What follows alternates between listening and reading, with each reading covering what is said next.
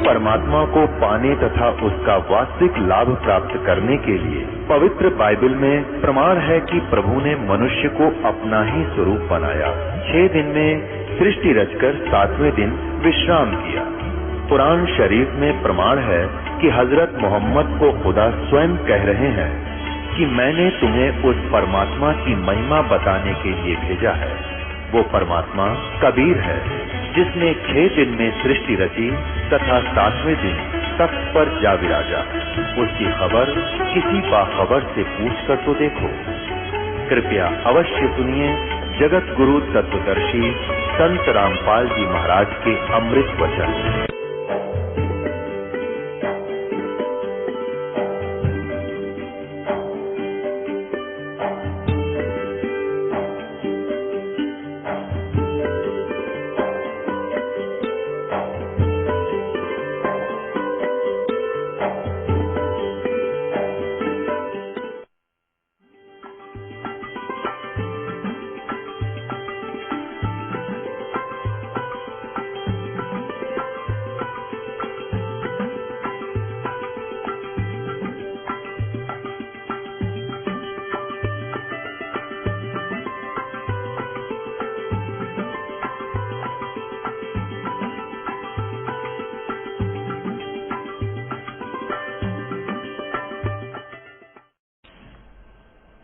पतिव्रता बतियां करे आन पुरुष मुख जोड़े, साहेब बहुत रिसाते है वो पल में बैठे तोड़े। परमात्मा बहुत नाराज हो जाता है, गुस्सा हो जाता है, और ऐसे हम किसी इष्ट अन्य इष्ट से को याचना करते हैं आगे पाछे से, तो आपका कनेक्शन कट जाता है, पल में तोड़ देता है। वो तो अंतर्यामी है, उसका आगे छुपा ही नहीं सकते हम कुछ भी।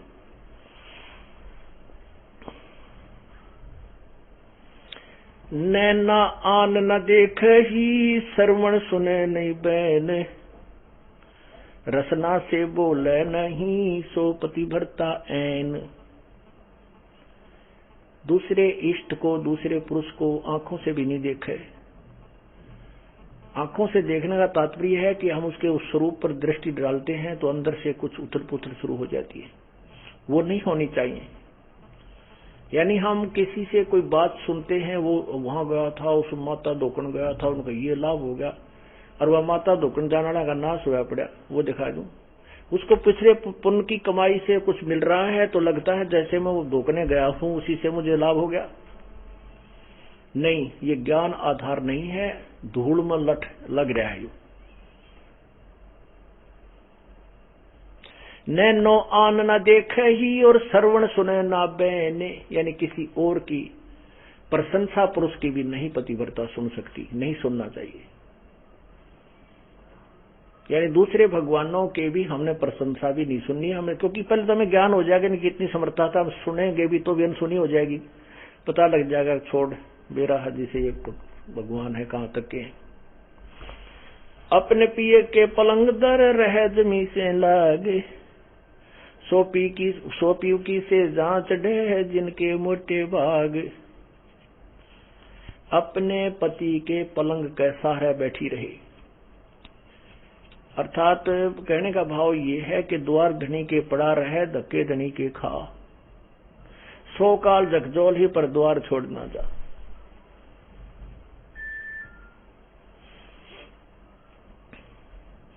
अब कैसे बताते हैं, जैसे परमात्मा रुष्ट हो गया,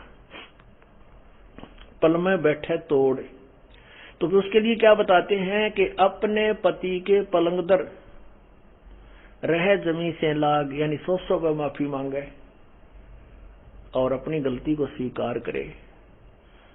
या अर्थात हम केवल अपने परमात्मा कबीर जी के ही चरणों में दोबारा आ जाएं, जैसे गलती होगी क्षमायाचना करवा ले करे और अपना उपदेश दोबारा पा ले, और फिर उसने उस व्यक्ति ने और उस बहन उस आत्मा को अधिक प्रयत्न और अधिक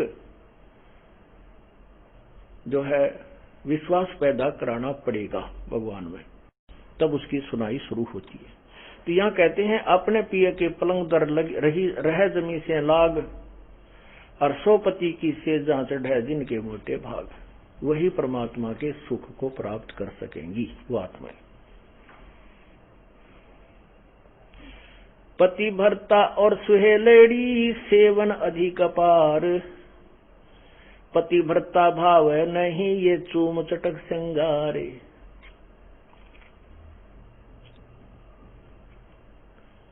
पुण्यात्माओं, इसमें दोनों ही हमें आदेश दे रहा है परमात्मा, दोनों ही निर्देश हैं अपने साधारण जीवन में और इस भक्ति जीवन में हमने कैसे जीना है। पति भरता और स्वेलड़ी सेवन अधिक अपार, वो अधिक से अधिक जो पुण्यात्मा है, पति भरता यानी एक इस पर आश्रित पुण्यात्माएं हैं, वो अधिक से अधिक सेवन यानी पूजा करती हैं। और वो पतिव्रता भावनी चोम चटक श्रृंगार, पतिव्रता को किसी भी प्रकार के बाह्य आडंबर करने की आवश्यकता नहीं, अर्थात जैसे ये संत बन जाते हैं, कान पड़वा लिए, जटा रखा ली, माला चार गाल ली, या कति मुंड मुंडा लिया, वस्त्र एक लंगोट बांध लिया, बाकी दो राख मसल ली। कहते हैं इन श्रृंगारों की परमात्मा को कति आवश्यकता नहीं, वो अंदर से जानता है ये कितना भगत है और उसमें उतना ही प्रेम होता है प्रभु का। ऐसे ही हम अपनी बहन बेटियों से प्रार्थना करते रहते हैं कि हमने न तो ये मेहंदी वगैरह लगानी है, ना ये नाखूनों को लाल करना है, ना होठों को लाल करना है, ये नहीं चाहिए हमने। आप केवल अपने मांग में सिंदूर आदि लगा सकते हैं, जिससे ये प्रतीक है ये शादीशुदा है या मैरिड है अनमैरिड, बस इतना। वो भी लगाना चाहें तो लगा सकते हैं, अन्यथा कोई आवश्यकता नहीं है। ये उनके लिए है जो नए नए आते हैं, उनको एकदम हर एक क्रिया से विपरीत होना पड़ता है, इसलिए वो थोड़े से घबरा जाते हैं। जब ज्ञान हो जाएगा फिर आपको ये शरीर मिट्टी नजर आओगा। इस मिट्टी के घड़े को कितना श्रृंगार है, कितना इसके ऊपर चित्र सुंदर लगा दे, इसमें वस्तु जल नहीं है तो ये व्यर्थ है। और मीठा जीवनदाता जल यदि एक बूंदे से मटके में भी है, वही मटका हमें प्रिय है। ऐसे ही परमात्मा की भक्ति में हमने साधारण बन के रहना है। सदा अलौनी रहते हैं ये चंचल चुगल चाल, चोरी धन नहीं खाते हैं मुसलाओ कोई लाल। सदा अलौनी सी रहती है, अलौनी माने जैसे या वही हबावड़ी सी, ना नान का दौड़ का, ना कोई श्रृंगार सिंगूर करती। जनता अन्य लोगों की जो भक्ति से विरुद्ध है, विपरीत सत भक्ति नहीं कर रहे, उनको तो हम बावड़े से लगाएंगे। अलूने से, अलूने का ना अच्छा अलूना तो है, बेसुरा सा पड़ा है। तो परमात्मा कहते हैं अकल अलूने दीखते ये सर्व अकल के मूल, हरदम रटे हरि नाम को ये झूले अनहद झूल। दुनिया में तो हम बिना अकल के लगे अकल अलूने। अकल अलूने माने मूर्ख। तीसरे दिन सत्संग में जाते हैं, दान करते हैं, पाठ करवाते हैं, तो हम उनको तो कति मूर्ख लगे हैं कि ये काम छोड़कर जहां है इनका नाश होगा, टोटा आ जाएगा इनके। अरे बोले आदमियों, कहते हैं परमात्मा कहते हैं चढ़ी चौंच भर लेगी नदी ने घट्टो नीर, दान दिए धन नहीं घटे कहते साहब कभी। अब दान कौन करेगा? अब हम अकल उन्होंने दिखते हैं, अकल उन्होंने दिखते ये सर्व अकल के मूल। हम तो बौड़े से लागा है जनसाधारण समाज ने, लेकिन ये संत जो इस तरह लग रहे हैं, ये सर्व अकल के मूल, इनके अंदर सारे ज्ञान की जड़ इन्हें प्राप्त हो चुकी है। ये सतभक्ति पर लग गए हैं, बुराई छोड़ दी है, तो ये तो सर्व ज्ञान के मूल इनके पास है। अब दान करने से हानि नहीं होती, ये उन्हीं को लगता है जो इस क्रिया से परिचित नहीं है। जैसे एक किसान खेत में गेहूं बोया था, गेहूं का बीज रहा था, तो वो क्या करते हैं, एक थैला होता है, उस थैले को काख में टांगते हैं ऐसे टेढ़ा, और उसमें से मुट्ठी भर के और बैलों के पीछे हल के पीछे बैलों से हल जोड़ के पीछे एक पाइप सी लगाते हैं। वो पाइप कीप की तरह होती है, ऊपर से ऐसे खुला सा मुंह, नीचे से पतली सी। तो उसमें से गेहूं डालते हैं, ऊपर मुट्ठी भर भर कर थोड़े थोड़े दाने छोड़ता रहता है और हल चलता रहता है। वो गेहूं बो रहा था, बीज रहा था, गेहूं बीज रहा था। एक दिल्ली के रहने वाला, उसकी नौकरी लगी रूरल क्षेत्र में, देहाती क्षेत्र में, और वो पहली बार उस गांव में गया अपनी सेवार्थ। तो उस दिल्ली के बाबूजी ने कभी ये नहीं देखा था, उसको ये मालूम नहीं था कि ये गेहूं बोए के ऊपर है। उसने तो अपने उसमें ठेकों में, अपने जो उनमें जो बुखारियों के अंदर गेहूं देखे थे, जो मोल लाकर डाल दिया करते और आटा पीस कर रोटी बना लिया करते, खा लिया करते। वो 30 साल का हो गया था, 25 साल का। तो उसने यही नहीं पता था गेहूं कैसे प्रोडक्ट होता है, कैसे ये बीजा जाता है, गेहूं कैसे बनता है। तो उस व्यक्ति ने जब देखा कि गेहूं को एक व्यक्ति उस पाइप का भाग है और उसमें डालता जा रहा है मिट्टी में, उसने 1-2 चक्कर किसान ने काटे, तब तक तो वो खड़ा रहा, देखता रहा। फिर उस किसान ने क्या किया कि वो गेहूं जो अलग रखे हुए थे एक बोरी में, उसमें से फिर थैला ठोका जो काख में टांग रखा था और फिर चल पड़ा। तब उसने कहा, उस आदमी को पक्का हो गया कि ये आदमी तो मूर्ख है। उस दिल्ली वाले ने किसान के विषय में उसके ने सोचा कि तो मूर्ख आदमी है, गेहूं ये तो खाने की वस्तु है और इसको ये मिट्टी में डाल रहा है, सब पागल है, इसको समझाता हूं। तो वो किसान को कहने लगा, बाबूजी कि अरे भोले भाई बात सुन। कहा भाई, हाँ जी बाबूजी बोलो क्या बात है। तू ये क्या कर रहा है, तुझे पता है देश में पहले ही खाद्य सामग्री का बहुत अभाव है और आप इसको मिट्टी में मिला रहे हो गेहूं को। ये तो बहुत कीमती चीज है, इससे रोटी बनती है, आटा बनता है, तो क्यों इसको खराब कर रहा है, तेरी अकल खराब है क्या। उसने किसान ने सोचा ये बोतलू कितना है क्या, देख मुझे शिक्षा दे रहा है। वो कहने लगा, बाबूजी मैं बर्बाद नहीं कर रहा, ये गेहूं जो मिट्टी में डालूंगा ये मुझे आबाद करेगा। काफी देर वार्तालाप होती रही। अब किसान उस मूर्ख के कहने थोड़ा ही उसे अपने प्रोसीजर को छोड़ देगा। फिर वो किसान कैसा, चाहे इसे 100 मिले उसने दिन में गए।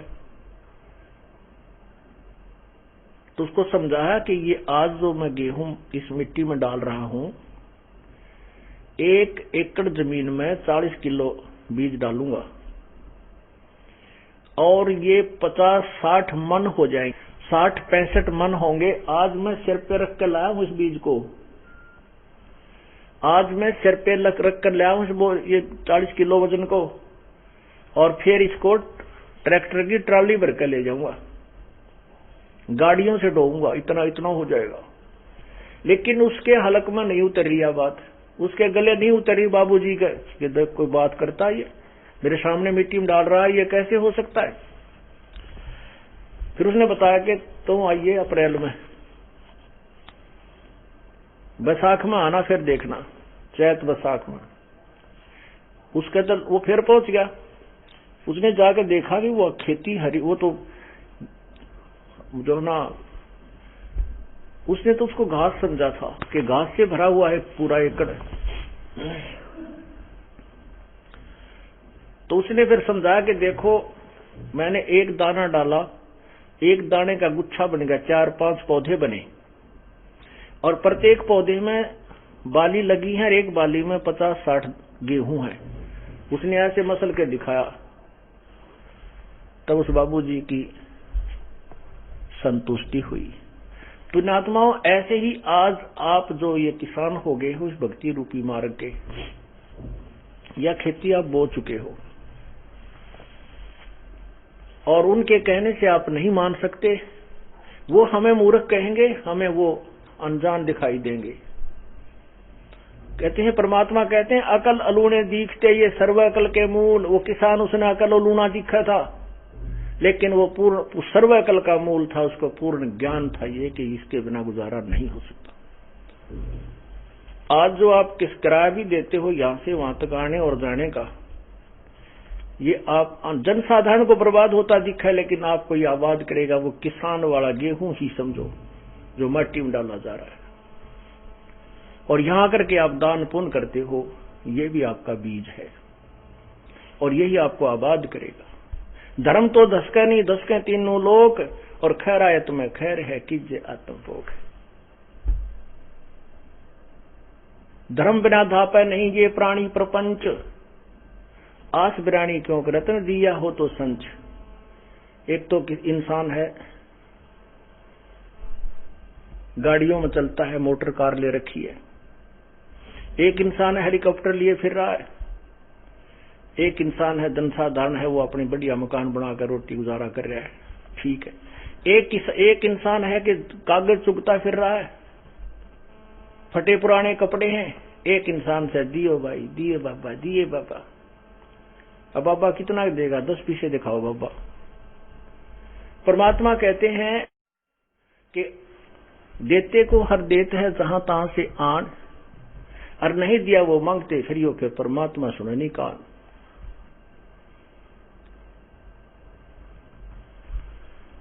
धर्म बिना धापै नहीं ये प्राणी प्रपंच, आस बिरानी क्यों के रत्न दिया हो तो संच। यदि पहले दान किया तो आज मिलेगा, अन्यथा तो सिर पटक ले, चाहे कितने किसी प्रकार की तू अन्य साधना कर ले। हाँ, ये मान लीजिए तेरे भाग्य में नहीं है, पूर्व में दान नहीं कर पाया, तो अब आपको तरीका बताया जा रहा है, ऐसे कीजिए।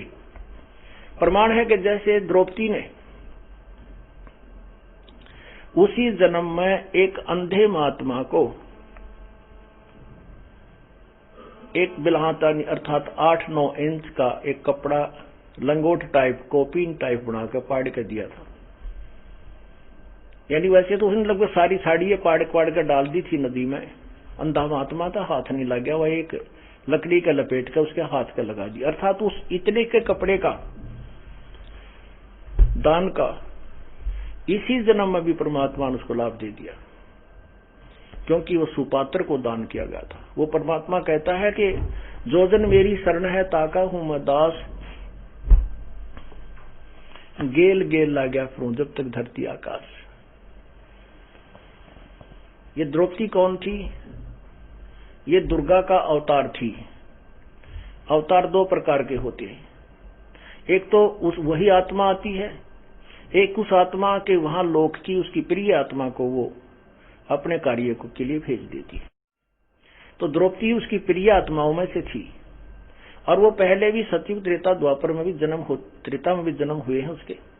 तो उस समय परमात्मा आए हैं, उनको पहले भी सतभक्ति पर लगाने की चेष्टा की है, पर हम बीच में छोड़ छाड़ जाते हैं। उसी के लिए परमात्मा ने आकर के फिर उस दरिया में एक अंधे महात्मा का रोल किया।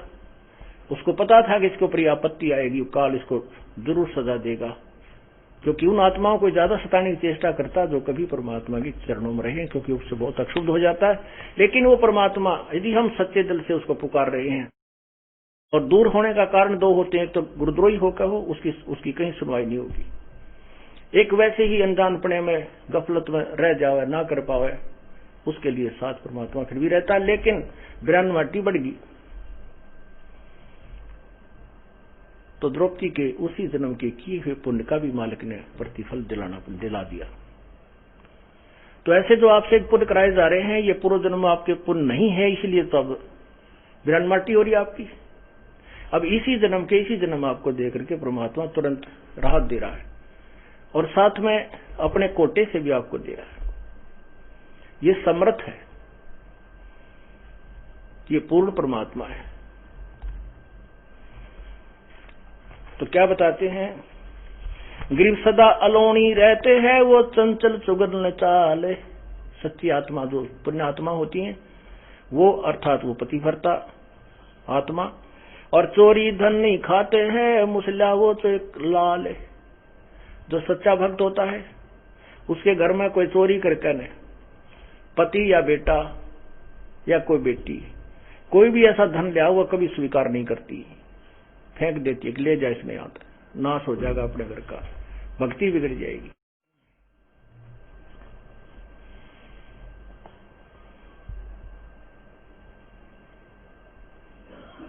हक हलालम खाते हैं सो साहेब दर जाही, लाल मुसे घर में धरे सो पति भरता नाही। चोरी के धन अपने घर पर रख ले वो भक्त नहीं है, पुरुष है चाहे स्त्री। हक हलालम खाते हैं सो साहेब दर जाही, अपने हक हलाल का खाते हैं वे भगवान के दरबार में जाएंगे। निंदा बिंदा बादना बैर विरोध विकार, चोरी जारी करते हैं वो गए जन्म सब हार। कुटल खलीलों खिड़केड़ी है कुत्ते का काम, देख बुसे धन और का कदे न निश्चय नाम। के तो दूसरे भगत होकर भी दूसरों को भक्तों को देखता है, उसके साथ मजाक करता है, स्वयं दान करता नहीं, दूसरे कहता है क्यों दुखी हो रहा है, क्या दरिया इसमें रोजाना ही है, इतना दान थोड़ा किया करते, फिर दांदरे काट है। कहते ये तो कुत्ते का काम है, भक्त का नहीं। गरीब कुटिल खिलेलों किड़केड़ी है कुत्ते का काम, देख बुसैदन और का कदे न निश्चय नाम। गृहपति भरता के ना उठे ये भ्रम कर्म की सूल, आन उपासी जलत हैं पड़े युगन युगन भूल। जैसे जो सच्चा भक्त होता है उसने परमात्मा के नाम को स्वीकार कर लिया, ज्ञान ग्रहण कर लिया, तो वो फिर बाद में शंका नहीं करता अपने गुरुदेव की किसी भी क्रिया में, तो वो भक्त है।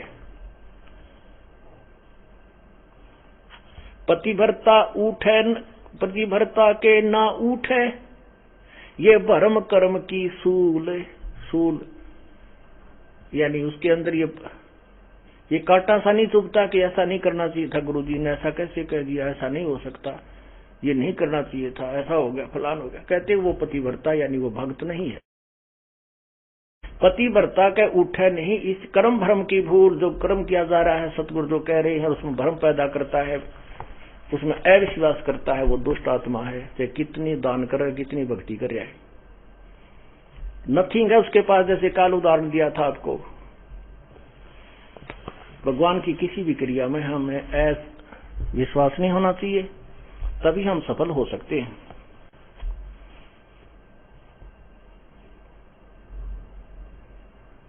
अब जैसे परमात्मा ने लीला की थी, एक गणिका को एक बेटी थी जो वैसा प्रसिद्ध थी, लेकिन बाद में वो अपने कर्म धर्म को सुधार चुकी थी, प्रभु के चरणों में अधिक लगती थी, क्योंकि जिसने अपने पाप पिछले दिखते हैं वो ज्यादा निकट आता संतों के, और वो नकली भक्तों को सुहाई नहीं। गुरु जी ऐसे नहीं करना चाहिए, गुरु जी ने यहाँ नहीं बिठानी चाहिए, वह लड़की बदनाम है, संगत बदनाम हो जाएगी, आश्रम बदनाम हो जाएगा, ऐसा नहीं करना चाहिए। तो ये शिक्षा जो हम देते हैं गुरु जी के, तो हम दुष्ट आत्मा है।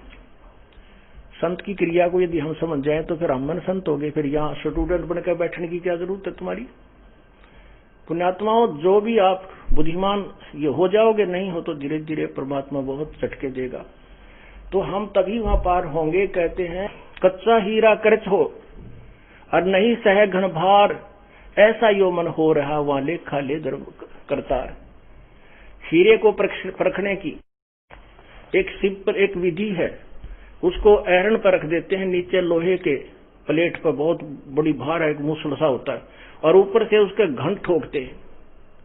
यदि वो खरोंच हो जाती है उस हीरे के, तो वो कच्चा हीरा कानेगा नहीं, और वो जो का त्यों है उसके निशान भी नहीं बनता है, तो वो पक्का हीरा है, उसी की कीमत है। तो यहाँ परमात्मा कहते हैं कि कच्चा हीरा कर्च होए, कच्चा भक्त फिसट जाएगा। ये क्या हो गया, ऐसा नहीं करना चाहिए था गुरुजी ने, ऐसा नहीं होना चाहिए था, पर कैसे हो गया। अरे पशु, आज तक तो ये सीखा इतने ज्ञान में। तो परमात्मा कहते हैं कच्चा हीरा कर्च हो नहीं सह घन भार घन मार, ऐसा यो मन हो रहे तो लेखा लेकर तार। पक्का हीरा बनोगे तो कीमत है, कच्चे की कितनी। और परमात्मा कहते शीश तुम्हारा जाएगा कर सतगुरु को दान। मेरा मेरी छोड़ दे यूं ही गयो मैदान। शीश तुम्हारा जाएगा और सिर के साटे हरी मिले तो भी सस्ता जान। हम छोटी से नुकसान को रोने लग जाते हैं। जो परमात्मा लास्ट में कहते हैं जिस तरह सिर दे के भी भगवान मिलता हो, तुझे गुरु संत सदगुरु मिलता हो, तो इन्होंने सोच ले कुछ भी ना गया। क्योंकि कोट शीश तन दे लिए यमराजा की भेंट, और एक शीश देकर देख ले अपने सतगुरु जी की भेंट। कोट शीश तन दे लिए यमराजा की भेंट, ये तो धकेत ले है। और एक शीश देकर देख ले सतगुरु अपने की भेंट। भेंट होती सब इच्छा से देना, और फेंट है झटके में, कोई फटकारा मार के, कोई झटका दे के, कोई किसी प्रकार खत्म कर देना। कहते एक शीश दे। शीश कैसे देना है? सिर सौंप्या गुरुदेव को सफल होया यो शीश, नतानंद इस शीश पर आप बसे जगदीश। शीश कैसे देना है? गुरु जी की आज्ञा का पालन करना है। गुरु जी कहेंगे शराब मत पी, बीड़ी मत पी, मांस ना खा, चोरी मत कर, ठगी ना कर, और ये साधनाएं मत करना। तो हमने उनकी प्रत्येक आज्ञा का पालन करना चाहिए। हमने वो ऐसा लगे कि ये ठीक नहीं है तो वो गलत है, उसको नहीं। क्योंकि हमारी बुद्धि इतनी अच्छी होती तो हम पहले चले जाते भगवान के दरबार में, या धक्के खाते ना आते।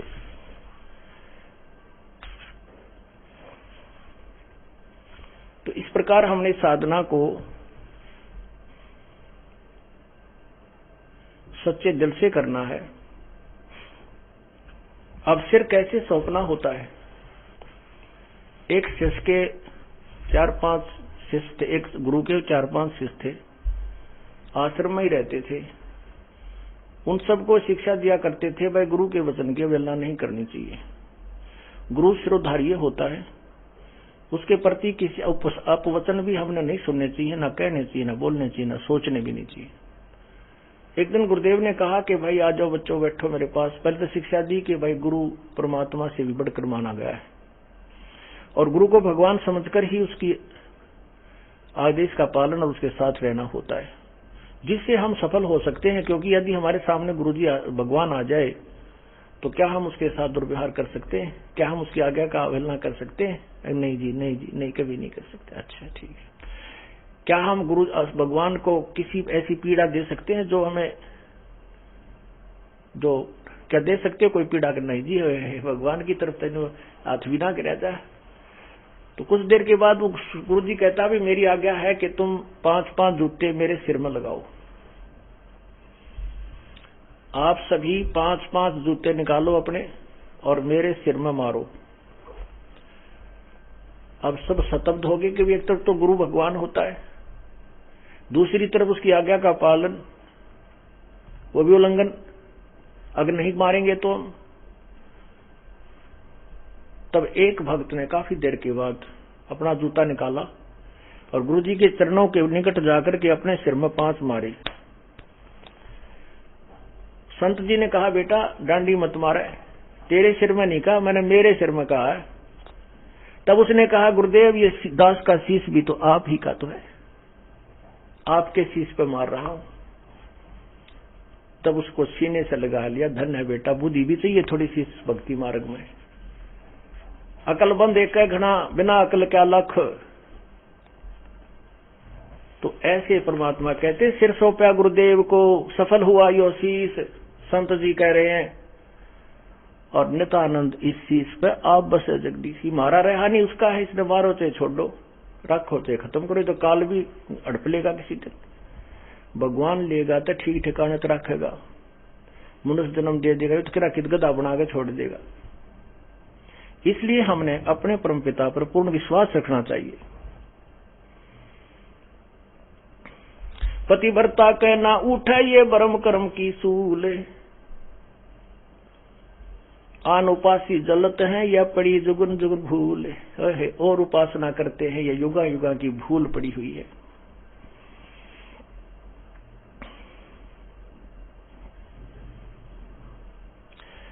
पतिव्रता बर पाइया पार ब्रह्म सास्कंत, सब जग आन उपास है पतिव्रता है संत।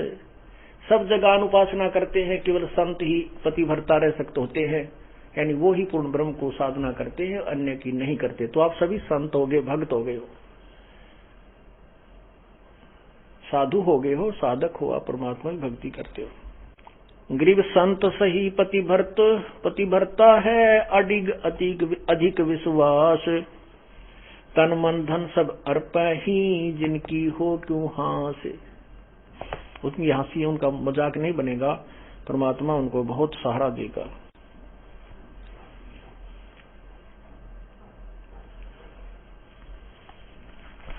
जो भी हो रहा है कहते अपने सिर पे नहीं ले। संत भक्त, मैंने उसको ऐसे कह दिया, उनका न्यू हो गया, मैंने उसको जोत बोलन की कह दी, उसका न्यू हो गया। नहीं, आप अपने सिर पे नहीं लेना, आपको भार बन जाएगा।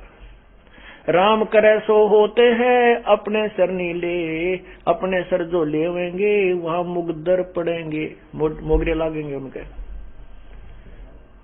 साहिब से सब होत है, बंदे से कुछ नाही। वो राई से पर्वत कर दे, पर्वत से फिर राई। आपने देखा एक रोथा कांड, राई का पहाड़ बना दिया दुनिया ने, लेकिन उस सतगुरु के हुक्म बिना नहीं हो सकता था। अब उस पहाड़ को ये राई बना दिया, हम ज्यों के त्यों हैं और बकवाद करने फिट्टे मुंह होते जा रहे। अब वो माथे हाथ मार कर रो रहे हैं कि अब भी उनकी तो ऐसी संगत बढ़ रही है, डटे नहीं डट रहे। तो जनसाधारण को ये विश्वास होता जा रहा है कि इनको सचमुच इनके साथ अन्याय किया गया। नहीं तो ऐसी बुराई सुनकर तो यहाँ झांका भी कोई नहीं, घर के भी दूर भाग जाए, घर वाले भी, रिश्तेदार भी भाग जाए। और ये मेरे बच्चे उमंग उमंग करा रहे हैं, क्योंकि ये सत्य से परिचित हैं। इनको वो सुख दिया जो धरती पर कोई दे नहीं सकता।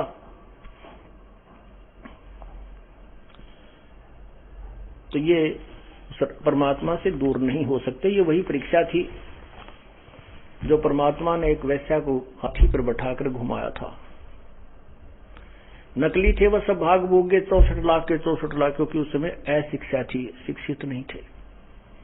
आज शिक्षा है, इस शिक्षा का अक्षर ज्ञान का प्रभाव है, ये आपके पास के प्रत्यक्ष प्रमाण है सारे। आपको टस से मस नहीं कर सका, इतना तूफान था। अब दृढ़ पेड़ होते हैं बाग में, वो नहीं टूटा करते, बोदे टूट जा। कितने आंधी तूफान से रोड डेली तेज हवाएं चले, वो दृढ़ पेड़ हो गया। आप क्या इस तूफान से टूटे नहीं, ये तोड़ने के लिए चलाया गया था। लेकिन जिसके परमात्मा कहते हैं बिरुआ, संत जी कहते हैं तुलसी बिरुआ बाग पर, तुलसी बिरुआ बाग में और सिंचत भी मुरझावे, राम भरोसा जो रहे वो पर्वत पर लहरावे। अब जैसे जो भगवान से दूर हैं वो तो कितने ही चौकसी रखो, उनका तो कभी ना कभी कड़च हो जाएंगे, पूरा परिवार का परिवार मर जाता है। और राम भरोसा जो रहे वो ऐसे स्थान, जटिल स्थानों पर, पेड़ पहाड़ों पर भी जहां पानी भी ना डटता, कहते वहां भी हरे भरे होकर लहरा रहे होते। राम भरोसा जो रहे वो पर्वत पर लहरावे। अर्थात आप भगवान पर विश्वास रखोगे तो आपको कठिन से कठिन आपत्तियों से भी आपका कोई कुछ नहीं बिगाड़ सकता। आप दूने फलो और फूलोगे। राम कहे सो होते हैं अपने सिर नहीं ले, अपने सिर सो ले जो से लेते हैं वहां मुगदर पड़ेंगे। रावण अपने सिर ली विभीषण ली ना कोई, 10 मस्तक रावण कटे वह लंकपति थे सोई। विभीषण को ज्ञान हो गया था, परमात्मा जब आए हुए थे मुनिंदर नाम से, उनको पूर्ण ज्ञान हो गया था।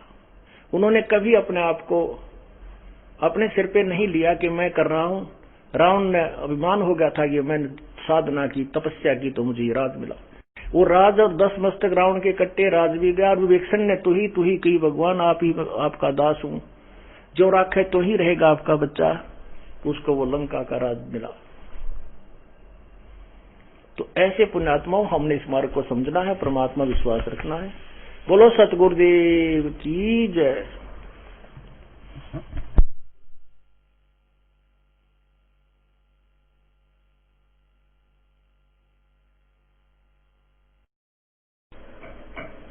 बोलो सतगुरुदेव की जय। सर्व संगत से प्रार्थना है, सत्संग प्रारंभ हो रहा है। सत्संग स्थल पर आकर के श्रद्धा पूर्वक सत्संग सुने। परमेश्वर की प्यारी पुण्यात्माओं से पुनर्निवेदन है, सत्संग प्रारंभ हो रहा है।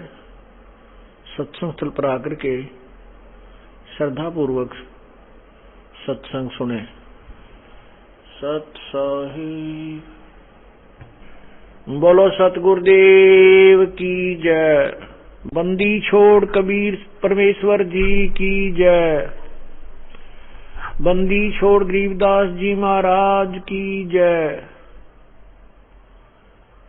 स्वामी राम देवानंद जी गुरु महाराज की जय। सर्व संतों की जय, सर्व भक्तों की जय, धर्मी पुरुषों की जय, श्री काशी धाम की जय, श्री छुडानी धाम की जय, श्री करौथा धाम की जय, श्री बरवाला धाम की जय। सत साहिब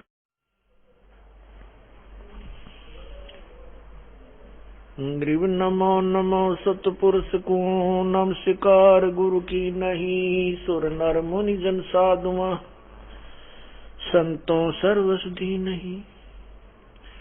सतगुरु साहेब संत सब दंडोतम प्रणाम। आगे पीछे मध्य हुए तिनको जा कुर्बान। नराकार निर्विषम काल जाल वै वंजनम निर्लेपम निज निर्गुणम। अकल अनुबेशुंधुनम सोहम सुरति समाप्तम सकल समाना नीर्तल। उज्ज्वल हिरंबर हरदम अम्बे परवा अथाह वार पार नहीं मध्यतम।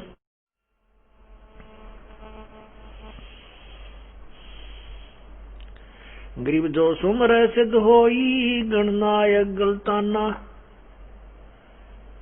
करो अनुग्रह सोई पारस पद परवाना।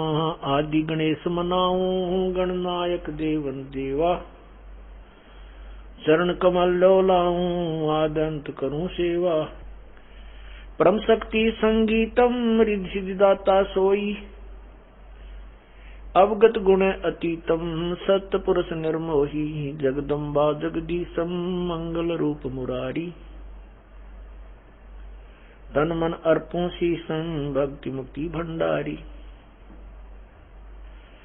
सुर नर मुनि जन जावे ब्रह्मा विष्णु महेशा।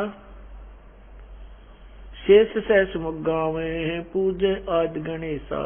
इंद्र कुबेर सरीखा वरुण धर्म राय जावे। समर्थ जीवन जी का मन इच्छा फल पावे। 33 कोट आधारा जावे से 88। उतरे बहुजल पारा कट है यम की फांसी। 33 कोटि आधारा झावे से 88। उतरे बहुजल पारा कट है यम की फांसी। सत साहिब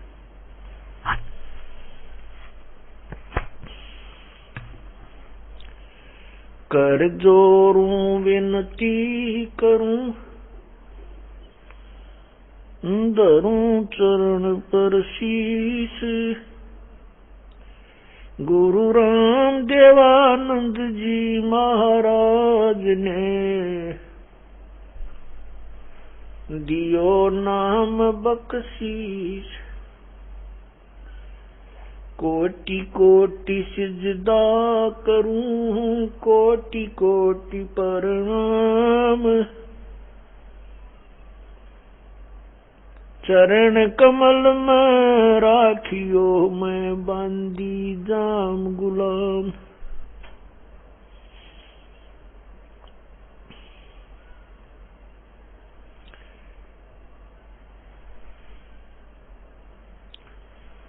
जय इब कै सतगुरु मिले। सब दुख आँखों रोए। चरणों ऊपर शीस धरूं कहूँ जो कहनी हो। कबीर साईं मिल लेंगे पूछेंगे कुशलात। आद अंत की सब कहूँ अपने दिल की बात। गुरुजी तुम ना भूलियो, चाहे लाख लोग मिल जाएं, हमसे तुमको बहुत हैं, तुमसे हमको नाई। तुमरे विसारी क्या बने, मैं किसकी शरण में जाऊं। शिव विरंच मुनि नारदा, तिनके हृदय न समाऊं। अवगुण किए तो बहुत किए, करत न मानी हारी। बावे बंदा बख्श दियो, बावे गर्दन उतारे। अवगुण मेरे बाप जी, बख्शो गरीब निवाज। जो मैं पूत कपूत हूँ, बोर पिता को लोज। मैं अपराधी जन्म का, नक्सक बड़े विकार। तुम दाता दुख भंजना, मेरी करो संवारे।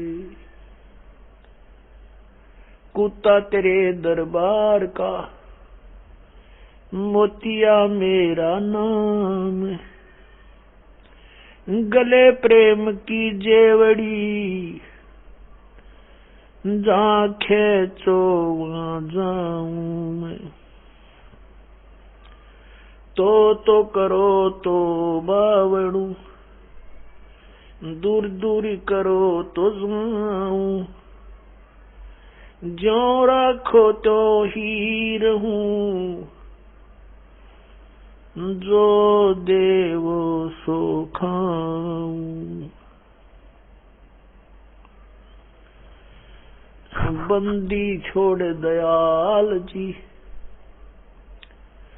तुम तक हमारी दौड़। जैसे कागज जहाज का, सूजत और न ठोर।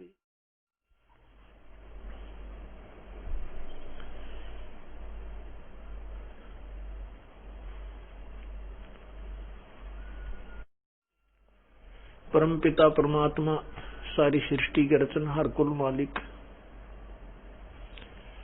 कबीर देव, कबीर प्रभु, वो पूर्ण परमात्मा है जिसने सर्व सृष्टि की रचना की, जिसने ब्रह्म परब्रह्म की भी रचना की, जिसने सभी आत्माओं की रचना की, उत्पत्ति की। सभी लोगों का रचनहार, सभी ब्रह्मांडों का रचनहार वही पूर्ण परमात्मा कबीर जी है। वो वासुदेव है, सर्वशक्तिमान है, सर्वव्यापक है, उसकी सत्ता सर्वव्यापक है। वो साकार है, नराकार है, नर के मनुष्य जैसा है। उसी परमात्मा की खोज के लिए, उसी परमात्मा की प्राप्ति के लिए पवित्र चारों वेदों में संकेत है, निर्देश है। उसी की खोज में ऋषि महर्षियों ने अपने पूरे जीवन के जीवन लगा दिए। उनको परमात्मा नहीं मिला क्योंकि उनको सवसम वेद का ज्ञान नहीं हुआ, उनको तत्वदर्शी संत नहीं मिला। और तत्वदर्शी संत के बिना पूर्ण मोक्ष नहीं हो सकता, प्रभु प्राप्ति नहीं हो सकती। क्योंकि पवित्र गीता जी अध्याय नंबर 4 में मंत्र नंबर 5 में कहा है कि अर्जुन, तेरे और मेरे बहुत जन्म हो चुके हैं, तू नहीं जानता, मैं जानता हूं।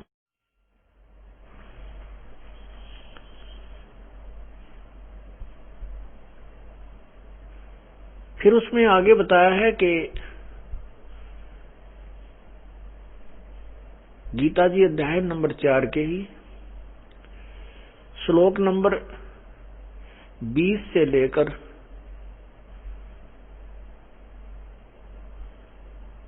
30 तक आगे वर्णन किया है कि उस परमात्मा की प्राप्ति के लिए कोई तो देवताओं की पूजा करके, कोई पितृ पूजा करके, कोई हठ योग करके, कोई योग अभ्यास करके परमात्मा प्राप्ति का यत्न करता है। उसी साधना को वो सही कहता है। जैसी वो साधना कर रहा है उसको वो सत्य मान रहा है।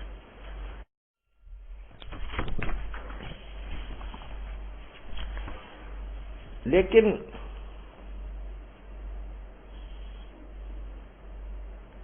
ये निर्णय वो स्वयं लिए हुए है कि मैं जो साधना कर रहा हूं ये सही है, और अपनी अपनी सोच से जो साधना करते हैं वो मनमाना आचरण है, मनमानी पूजा है, मनमानी साधना है, उससे मोक्ष नहीं। गीता जी अध्याय नंबर 16 के श्लोक 23 में स्पष्ट किया है कि शास्त्र विधि को त्याग कर जो मनमाना आचरण अर्थात पूजा करते हैं, उनको न तो कोई सुख होता है, न उनका कार्य, उनकी कोई सिद्धि होती है, न उनको उनकी गति होती है, अर्थात टोटली व्यर्थ, यूजलेस। तो वो साधना करने का फायदा क्या, जब हमारे सद्गुरु कहते हैं कि ऐसा नहीं करना चाहिए। तो वो मनमानी पूजा बताई है। गीता जी अध्याय नंबर 4 के श्लोक 25 से लेकर और 32 तक वर्णन किया है, 31 तक वर्णन किया है कि कोई तो देवताओं की पूजा करना, देवताओं की पूजा करते हैं परमात्मा प्राप्ति के लिए। योगी जन माने कुछ साधक। योगी का अर्थ हमने केवल इतना ही जाना है, हम योगी उसको मानते थे अपने जैसा भी कॉमन नॉलेज था हमें। अब जब तक तत्व ज्ञान प्राप्त नहीं हुआ था तो हम योगी उसको कहते थे जो योग अभ्यास करता है, ऊपर न पैर करके नीचे न सिर करके घंटों खड़ा रहता है, उसको हम योगी मानते थे। नहीं, योगी का अर्थ होता साधक, परमात्मा प्राप्ति करने का प्रयत्न कर रहा व्यक्ति, वो योगी कहलाता है, वो स्त्री हो चाहे पुरुष।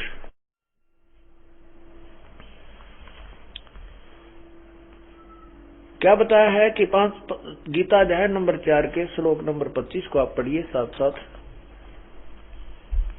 पुण्यात्माओं, हमने वो ज्ञान प्राप्त हुआ है जिसके लिए ऋषि जन भी तरफ तरफ कर अपना जीवन बर्बाद कर गए, वो नहीं मिला, वो साधना नहीं मिली। आज आपको वो ज्ञान मिल गया है, और ज्ञान के जैसे अभी चैप्टर में आप सुनोगे, गीता जी के चैप्टर में 4 में, उसमें लास्ट में ये कह दिया है कि ज्ञान जब आपको होगा, वो ज्ञान के अंदर सभी यज्ञ समाप्त हो जाती है।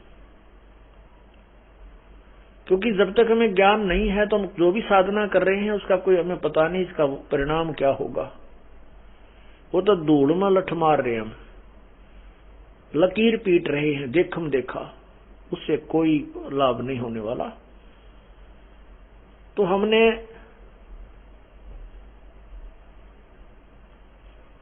उस साधना को ही करना है जिससे हमें लाभ हो।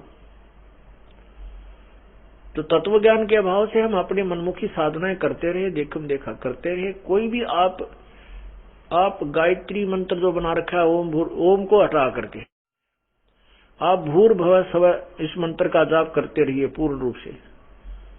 इसके बार बार जाप करने से भी आपको कुछ लाख जाप हो जाने के बाद आप में कुछ सिद्धि आ जाएंगी,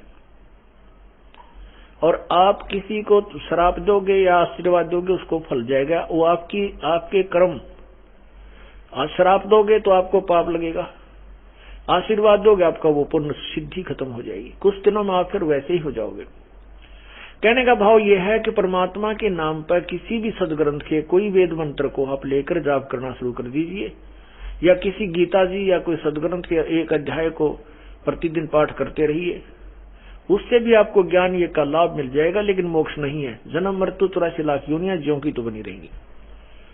हमने तो इस जन्म मरण के दीर्घ रोग को कटवाना है, इसके कटे बिना बीमारी नहीं कटता है और हम सुखी नहीं हो सकते।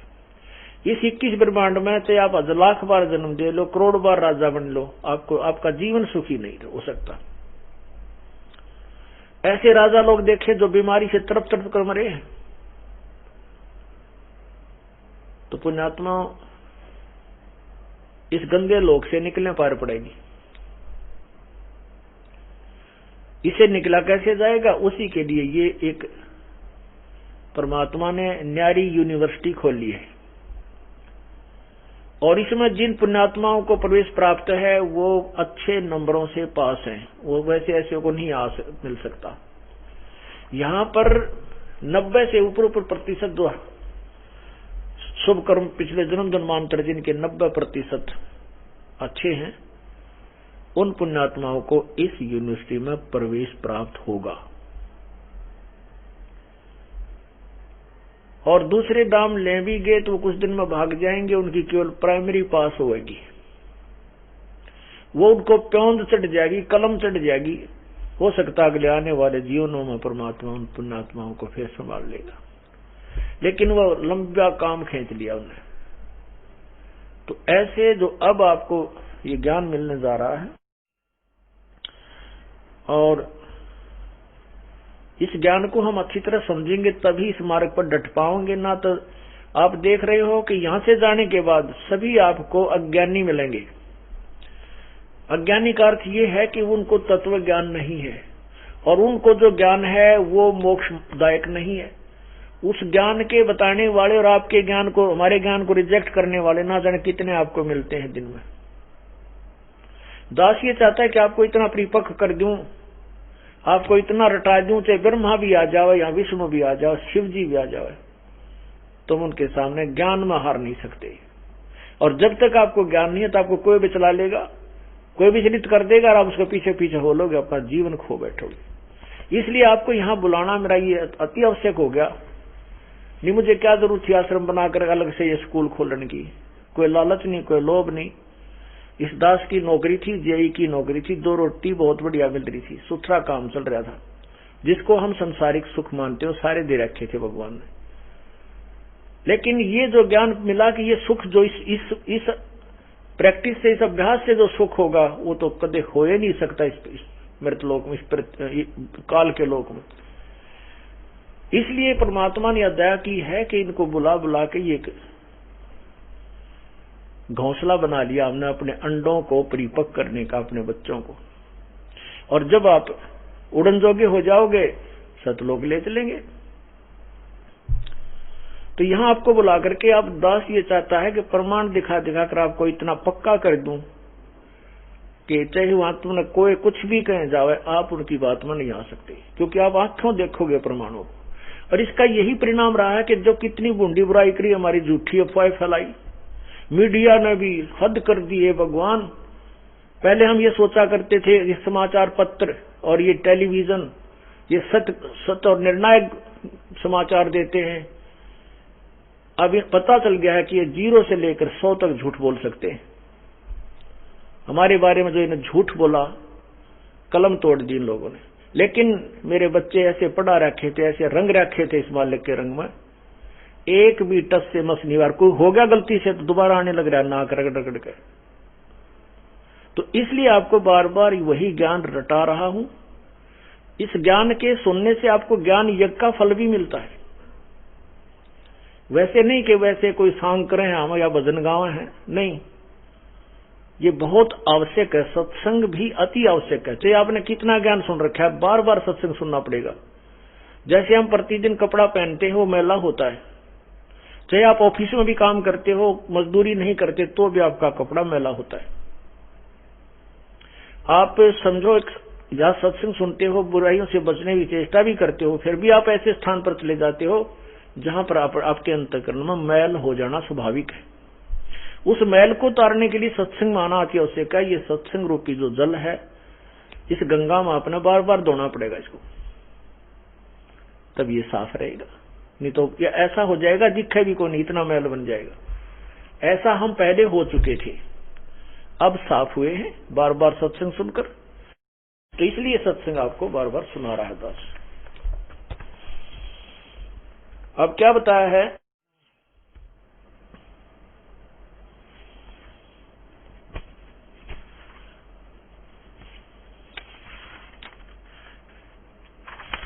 ये देखिएगा पवित्र गीता जी, श्रीमद् भगवत गीता,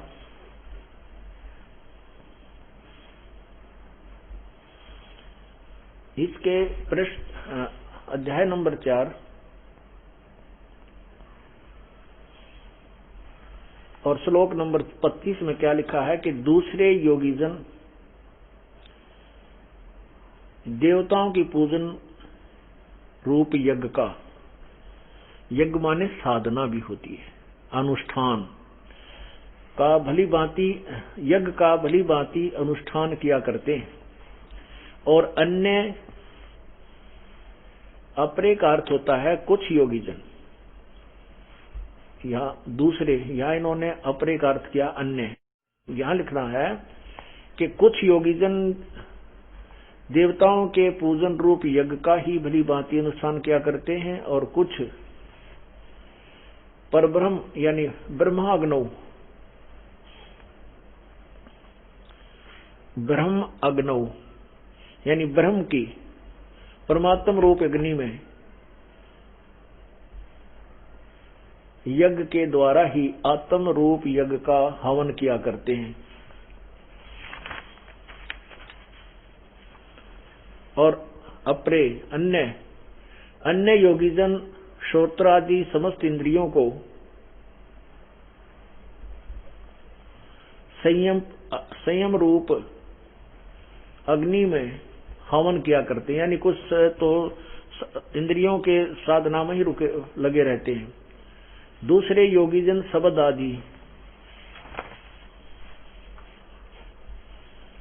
समस्त विषयों को इंद्रिय रूप अग्नि में हवन किया करते हैं। अपरे यानी कुछ इंद्रियों के संपूर्ण क्रियाओं को और प्राणों की समस्त यानी श्वासों की क्रियाओं को ज्ञान से प्रकाशित आत्म संयम योग रूप अग्नि में हवन करते हैं। 28 में कई यानी कुछ, अपरे माने कई कहो चाहे कुछ कहो, कई पुरुष द्रव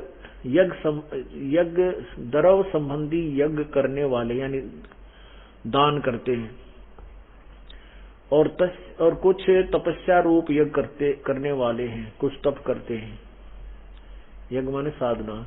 और दूसरे कितने ही योग रूप ये करने, यहाँ योग का अर्थ है वो योग अभ्यास, कुछ योग में ही लगे रहते हैं, और कितने ही अहिंसादि तीक्ष्ण व्रतों से युक्त प्रयत्नशील पुरुष स्वाध्याय रूप ज्ञान यज्ञ करने वाले हैं। स्वाध्याय, कुछ तो स्वाध्याय में लगे रहते हैं। अब देखना 29 और 30 में, अपरे कुछ योगीजन अपान वायु में प्राण वायु को हवन करते हैं, वैसे ही अन्य प्राण वायु में अपान वायु को हवन करते हैं। अन्य कितने ही कुछ, यहाँ कुछ समझो, वैसे इसमें लिखा अन्य कितने ही नियमित आहार करने वाले हैं। प्राणायाम प्राण पुरुष और प्राण और अपान की गति को रोककर प्राणों को हवन किया करते हैं। सभी साधक यज्ञों द्वारा पापों का नाश कर देने वाले जानने वाले हैं। अब ये इसने थोड़ा सा अनुवाद में गड़बड़ कर ली। क्या किया कि इसका अर्थ ये है कि ये जो साधना कर रहे हैं अपनी मनमुखी, ये सभी इस उद्देश्य से कर रहे हैं कि जो साधना हम कर रहे हैं ये पाप नाशक है, ये दुखों का निवारण करेगी। इसका अर्थ ये है। ये इन्होंने वैसे गोलमोल कर लिया, कोई बात नहीं। इन यज्ञों को पापनाशक जानकर ही कर रहे हैं।